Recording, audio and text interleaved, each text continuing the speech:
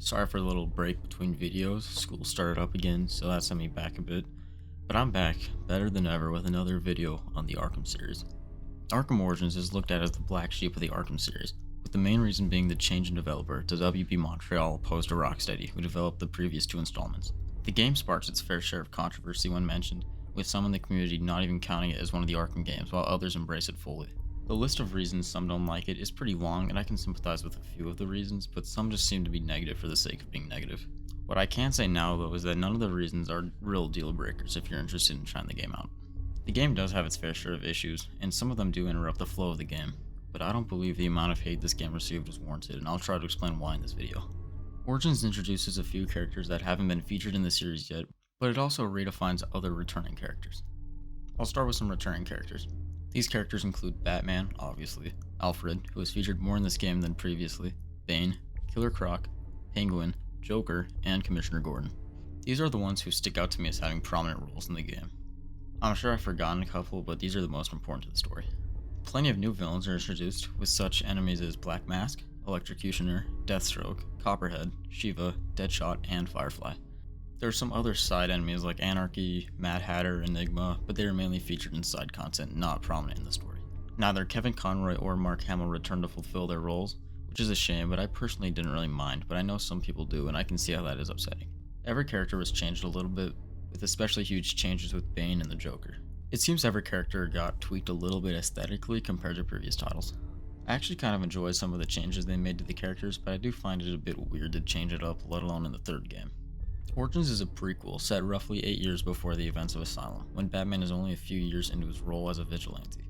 A breakout led by Black Mask occurs at Blackgate Prison. Batman arrives to find Killer Croc as he is escaping. After defeating him in a fight, Batman discovers Croc is one of 8 assassins hunting him down after a $50 million bounty was placed on his own head by Black Mask.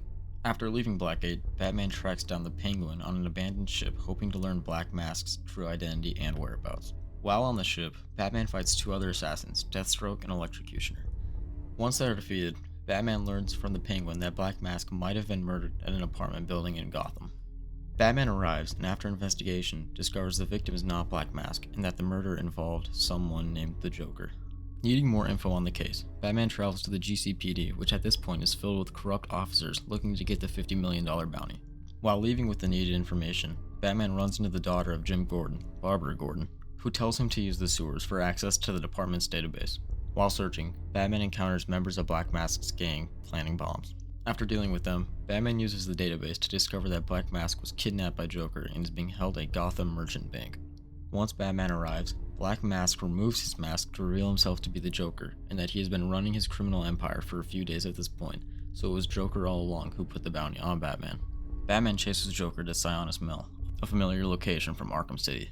Once there, Batman frees the real Black Mask, Roman Sionis, and defeats one of the assassins, Copperhead.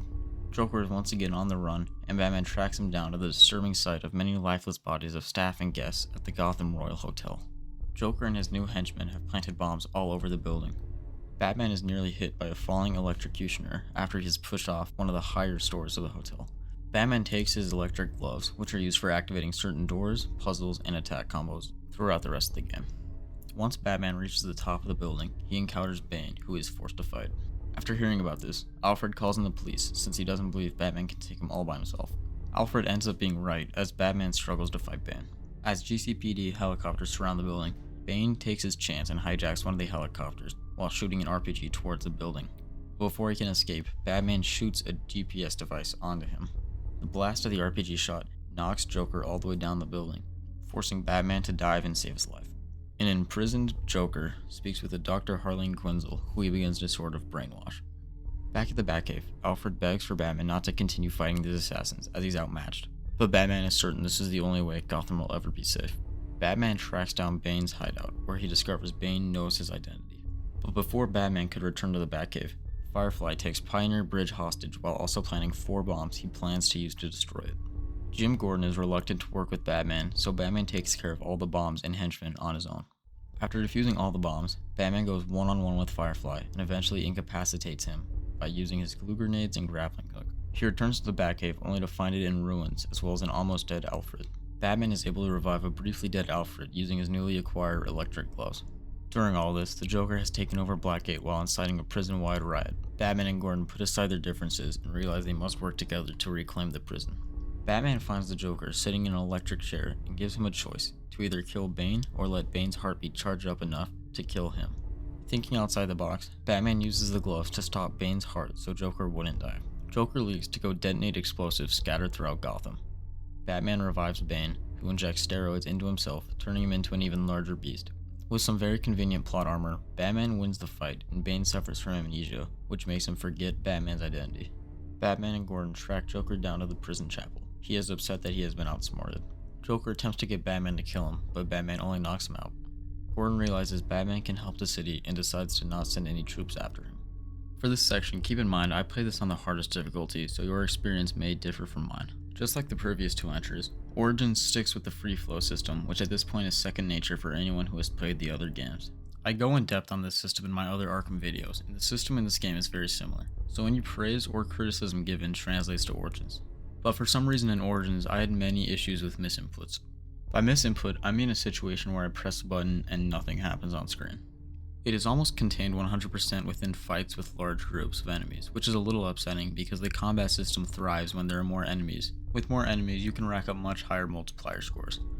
It's a little strange because in Asylum I had the occasional screw up, but nothing too severe. Then in City, it was a bit more prevalent, maybe every 5 or 6 fights, but now in Origins, it seems the game can handle fights with more than 5 or 6 enemies, without missing one of my inputs. I've touched on this in my previous videos on the Arkham series, and I'll touch on it again just because of how important it is. Because when you have a combat system that relies so much on the rhythm of the fight, as well as the quick reaction times, when you click the attack or counter button and nothing happens, it not only loses your health and score streak, but also the rhythm of the fight. Other than that issue, the system works great. As for new gadgets, I can only think of the electric gloves off the top of my head, which is a little disappointing since gadgets are such a large part of Batman and his MO. But the gloves do serve a good purpose in the game, with new puzzles and doors requiring them. They also serve a role in the combat system when charged up, so it is pretty nice. The freeze grenade from City was reskinned into the glue grenade, which is pretty funny because they are the exact same thing except for the name and animation. But other than those two things, I can't think of anything else. The upgrade system used in Origins is pretty standard for 2010 era games.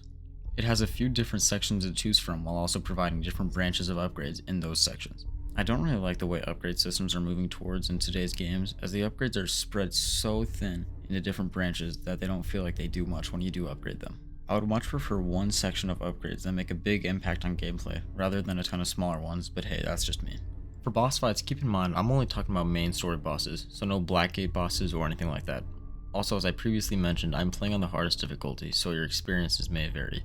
Killer Croc is an okay introductory boss. It helps you a little with the main controls of movement and fighting, but it really left more to be desired, just like most brute enemies in the Arkham series. The fight mainly consists of the all too familiar Ultra Stun plus Spam Attack moveset, which is starting to get really boring at this point in the series. Throughout the fight, Killer Croc will hold an explosive barrel over his head before throwing it at you, and in the couple of seconds he is standing still, you can throw a battering at the container to do major damage until he is eventually defeated.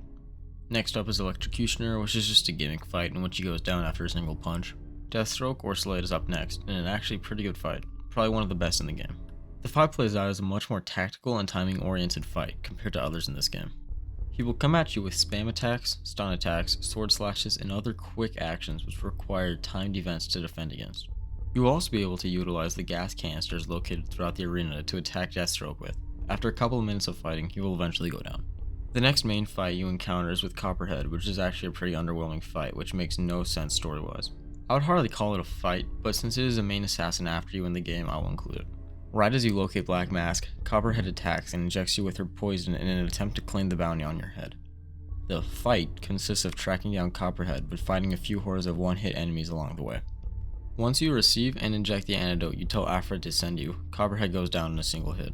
A pretty underwhelming fight for a very interesting character. Bane is the next boss up, and again, it's just not a very innovative fight. Phase 1 is located inside of the hotel, where you yet again spam stun and attack him, lowering the health bar incrementally each time. Phase 2 is a bit more interesting. Bane has a new rush attack, which is challenging to dodge. On top of that, he has a new AoE jump attack. But other than that, the same principles apply from Phase 1. Spam, stun, and takedown until you eventually defeat him. Firefly is the last boss you fight, and I would personally say it is the most innovative in the game. The fight takes place on a few different sections of the collapsing bridge, but the fight is the same each time. While avoiding his fire beam thing, throw batterings at him. These will stun and give you a few seconds in which you can grapple him down towards you and get a punch or two into him. I really enjoy this fight mainly because of the setting and constant moving around. Although the fight is pretty boring and predictable, I think the more creative choices the devs made really evened it out. The final fight is with Bane, which I guess makes sense since we didn't technically lock him up last time, but it would have been nicer to see a fresh face. The fight is pretty much the same as last time, but there are a lot more side enemies going after you throughout the fight. If you did good with the previous encounter, you should be fine with this one. Overall, I think the devs played the bosses in this game a little too safe. None really stood out to me as anything memorable. The majority of the fights were using the same stale spam stun and spam attack combo, which is pretty disappointing at this point in the series, as it just comes off as extremely lazy on the ends of the devs. I feel there are so many other unused mechanics in these fights that would really utilize the free flow system well. I think that the general consensus online is that this game is just okay, and I would definitely have to agree with that. I think the game suffered from a story that doesn't really know what it wanted to do. It faked us out with Black Mask, who I was genuinely interested in getting to know and possibly fight. On top of the fake out, Origins does have its fair share of technical issues, especially on PC. But I think the main reason people were upset about this one was because they were expecting a Rocksteady game which progressed the story everyone was happy and familiar with, but instead got a WB Montreal Batman origin story. This game had a lot of hype going into the release that people were expecting much more than what was actually served. If you haven't played any of the other Arkham games, I would say play through the other 3 first before playing Origins. On the bright side, Origins is constantly on sale, so if you're really desperate for a cheap game with good combat, I would say go for it.